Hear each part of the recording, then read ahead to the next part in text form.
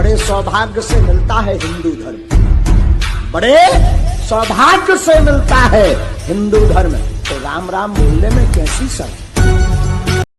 तमाम विपक्षी पार्टियां और खास तौर पर राहुल गांधी कह रहे हैं कि 2024 आपकी पार्टी के लिए अशुभ होगा। उनका कहना है कि 2004 में जैसे शाइनिंग इंडिया टूटा था वैसा ही हाल आपका 24 में होगा। अंजना जी, सबसे पहले तो आपको, दर्शकों को, बाकी साथी जो आज आपके बहस में शामिल हो रहे हैं, होली की बहुत बहुत शुभकामनाएं।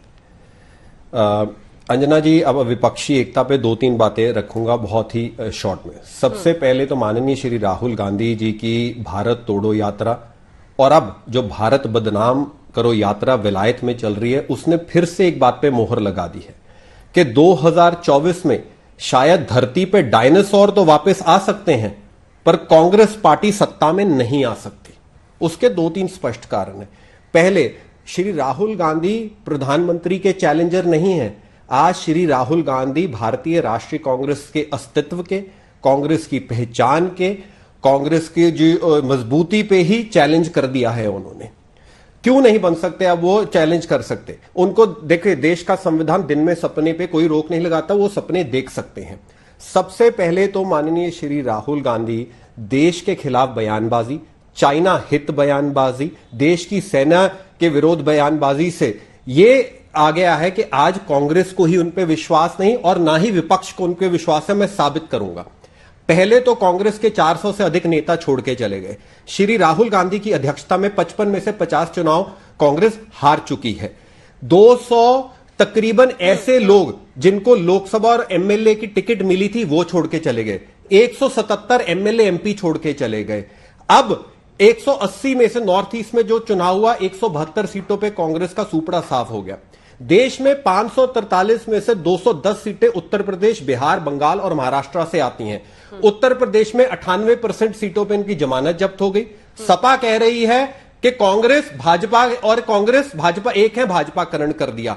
बंगाल में श्री राहुल गांधी त्रिपुरा में जब स्कीइंग से फुर्सत से आए, बंगाल में उन्होंने ममता पे धावा बोल दिया।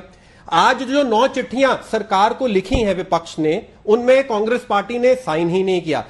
मुद्दा तो यह है कि आज विपक्ष के पास ना साझा उद्देश्य है, ना साझा लक्ष्य है, ना साझा नेता है। चेहरा क्यों देखते हो? एक छोटा सा सवाल जिसके बाद एक रिपोर्ट है अंजना जी, आ रही हूं, अभी दिखाइएगा रिपोर्ट। 2004 में कौन था चैलेंजर? कौन था? जब अटल बिहारी वाजपेयी प्रधानमंत्री थे, पूर्व प्रधानमंत्री, और उस वक्त शाइनिंग इंडिया, फील गुड, बहुत सारे कैंपेन्स चल रहे थे। बस लग रहा था कि अब तो इंडिया चमक गया। क्या हुआ था 2004 में? कोई चैलेंजर नहीं था सामने से। कौन था चैलेंजर? चलिए अंजना जी, पहले तो बहुत अच्छा आपने प्रश्न पूछा है और 1 मिनट के अंदर इसका उत्तर भी दूंगा। हाँ। एक आज तक की रिपोर्ट आई है, मूड ऑफ द नेशन। हाँ। 2024 में मुद्दों पे आपने एक पर्सनैलिटी की भी बात रखी और मुद्दों की भी बात रखी। 284 सीटें भारतीय जनता पार्टी को, 68 कांग्रेस को। क्यों? मुद्दों पे। मुद्दे क्या है? आज भारतीय राष्ट्रीय कांग्रेस खेमे से जनता किस पे तय करी? खबर क्या आती है? चाइना एस्पायरिंग पावर है, India is a confuse nation without a vision. चीन शांतिपूर्वक मुल्क है, चीन के सैनिक हिंदुस्तान के सैनिक को पीट रहे हैं। भारत में लोकतंत्र मर चुका है। जॉर्ज सोरोस और बीबीसी ठीक बोलते हैं। मुझे आतंकवादी देखते हैं, मैं आतंकवादियों को देखता हूं और वो भारत जोड़ो यात्रा को जाने देते हैं। दूसरी तरफ भाजपा खेमे से क्या खबर आती है? आज 80 करोड़ लोगों को अनाज मिल गया, 220 करोड़ लोगों का टीकाकरण हो गया। आज 30 से 35 करोड़ महिलाओं के लिए शौचालय बन गए। आज करोड़ों जनधन खाते खुल गए।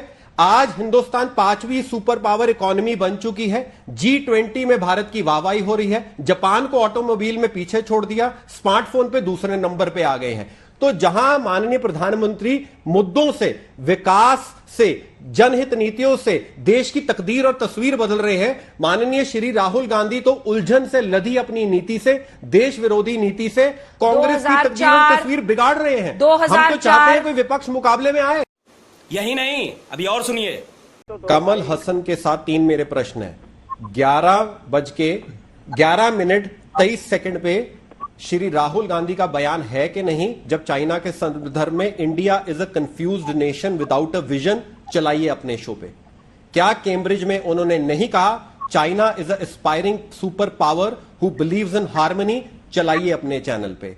क्या भारत तोड़ो यात्रा के दौरान राहुल गांधी ने नहीं कहा चीन के सैनिकों ने हिंदुस्तान के सैनिकों का पीटा, चलाइए अपने चैनल पे। क्या कांग्रेस के सलाहकारों ने, समर्थकों ने, सदस्यों ने जॉर्ज सोरोस, जिसका एक इतिहास है देशों को तोड़ने का, उसके बयान पे प्रधानमंत्री से स्पष्टीकरण मांगा कि नहीं बना? क्या कांग्रेस ने बीबीसी डॉक्यूमेंट्री, जिसको कांग्रेस ने खुद पहले बैन कर चुके हैं, इतिहास में जाइए, उस पर प्रश्न उठाया कि नहीं उठाया? क्या श्री राहुल गांधी जॉर्ज पुनिया, जो हिंदू देवी देवताओं का अपमान करते हैं और कहते हैं कि मैं जूते इसलिए नहीं डालता क्योंकि भारत की धरती अपवित्र है, उनसे जफ्फियां पप्पियां डाली कि नहीं डाली? क्या उस भारतीय युवा कांग्रेस के नेता जिसने गौ हत्या की थी सिर्फ हिंदुओं का मजाक उड़ाने के लिए, उसको भारत जोड़ो यात्रा में शामिल किया कि नहीं किया? क्या जॉर्ज सोरोस की फाउंडेशन के वाइस प्रेसिडेंट को राहुल गांधी ने शामिल किया कि नहीं किया? क्या जगदीश टाइटलर, जो सिखों के नरसंहार में आरोपी हैं, मैं सिख हूं, उसकी ताजपोशी की कि नहीं की? क्या वहां जाके जम्मू और कश्मीर में दिग्विजय ने सर्जिकल स्ट्राइक का प्रूफ मांगा कि नहीं मांगा? क्या जम्मू कश्मीर में जाके उन्होंने वो महबूबा मुफ्ती जो कहती थी 35 से हट गया तो इस देश में कोई तिरंगा लहराने वाला नहीं मिला था, उनके साथ कंधे से कंधा मिलाया कि नहीं मिलाया?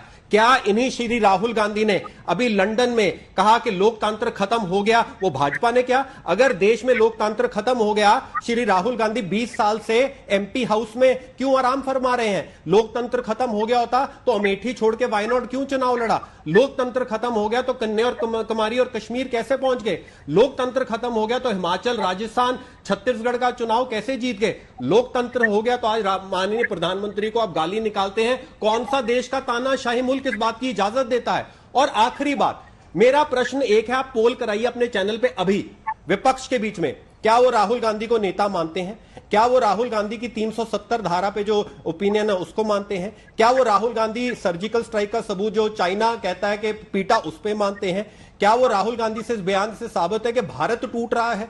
क्या वो राहुल गांधी के इस बयान से सहमत है मैंने आतंकियों को देखा, उन्होंने मुझे देखा और हम आगे चलते रहे? सत्य तो यह है श्री राहुल गांधी और भारतीय राष्ट्रीय कांग्रेस का आज मतदाता से तालमेल टूट गया है। ना इनके पास साथ मतदाता है, ना तो केमिस्ट्री है और ना ही फिजिक्स है। जवाब दीजिए इसका अभय जी। और राहुल गांधी ने एक बात तो बहुत स्पष्ट और साफ कही वहां पर कि मैं इसलिए विदेश में बोल रहा हूं भारत की दिक्कतों के बारे में क्योंकि मुझे देश में बोलने नहीं दिया जाता है। आप रोज बताते हैं कि राहुल गांधी यहां पर बात करते हैं, राहुल गांधी को हम लोग लाइव सुनाते हैं, फिर भी आप वो कह रहे हैं कि इंडिया में बोल ही नहीं पाते। इसके बाद फौरन आ रही है अनुराग जी इसके बाद आ रही अंजना जी को और निकोलस बर्न्स को क्या बोला अंजना जी? सॉरी अबे भाई टोक रहा हूं, सिर्फ 1 सेकंड अबे भाई, सॉरी 1 सेकंड, सिर्फ 1 सेकंड। निकोलस बर्न्स को, अमेरिका का जो एम्बेसडर है चाइना को, उनको बोला कि नहीं कि अमेरिका चुप क्यों बैठा है जो आज हिंदुस्तान पे हो रहा है? क्या हिंदुस्तान अफगानिस्तान है अमेरिका है? क्या हिंदुस्तान इराक है जो अमेरिका है? क्या यूरोप हम कोई तालिबान है जो यूरोप की दखल अंदाजी हो रही है? माननीय श्री राहुल गांधी को सुप्रीम कोर्ट पे विश्वास नहीं, सेना पे नहीं, जो 90 करोड़ मतदाता बैलेट में वोट डालता उन पे विश्वास नहीं, और फिर कहते हैं हम झूठ बोल रहे हैं। सब वीडियो चलाइए, मैं झूठ बोल रहा हूं तो राजनीति छोड़ूंगा, नहीं तो ये छोड़े। जवाब दीजिए अभय दुबे जी। नैतिकता के नाते तो आप राजनीति के हकदार भी नहीं है। नहीं पर्सनल कमेंट मत कीजिए Abhay ji. Abhay ji please let's be professional please sir, no personal remarks. नहीं कुछ बोल दूंगा तो शर्मिंदा हो जाएंगे, उत्साहिए मत। आपके बड़े भाई होने का सम्मान दे रहा हूं, मैं बोल दूंगा शर्मिंदा हो जाएंगे। कुछ बातें ऐसी हैं जो मैं टीवी पे अगर बोल दी तो छोड़ के जाना पड़ेगा, तो अपने दायरे में रहिए। देखो दायरे की धौंस मत दीजिए, ये ध्यान रखना। मैंने अपनी मर्यादा कभी नहीं छोड़ी है। मैं आपका सम्मान कर रहा हूं बड़े भाई होने के नाते। अभय जी मुद्दों पे बात कीजिए, मेरे पे निजी टिप्पणी करना मत कीजिए। बात करिए राहुल गांधी की वीडियो पे। निजी हाँ उसी पर बात कर रहे हैं, ज्यादा निजी होने की आवश्यकता नहीं है। अंजना जी मैं विनम्रता से पूछना चाहता हूं, अभी बहुत सारे गलत तथ्यों की बात इन्होंने की। राहुल गांधी जी ने वहां पर कंपैशन और अफेक्शन, उन्होंने कहा कि अगर इस पूरे प्लेनेट पर हमको डेमोक्रेसी को बचाना है तो लोगों को आर्ट ऑफ लिसनिंग, उन्होंने कहा कि संवेदनशीलता के साथ और प्यार से सुनना चाहिए, गहराई से सुनना चाहिए। क्या संदर्भ था वो चीन और अमेरिका का? उन्होंने दोनों देशों का कंपैरेटिव एक स्टेटमेंट दिया कि वहां पर अमेरिका में इंडिविजुअल लिबर्टी पर फोकस प्रजातंत्र है और चीन में कोरेसिव है, वो बलपूर्वक ये सब थोपना चाहते हैं क्योंकि विरासत में उनको ऐसा मिला है। इसलिए वाह बेटा, लगता है तुम गू खा के ही मानोगे। खत्म, bye bye, tata, goodbye, गया।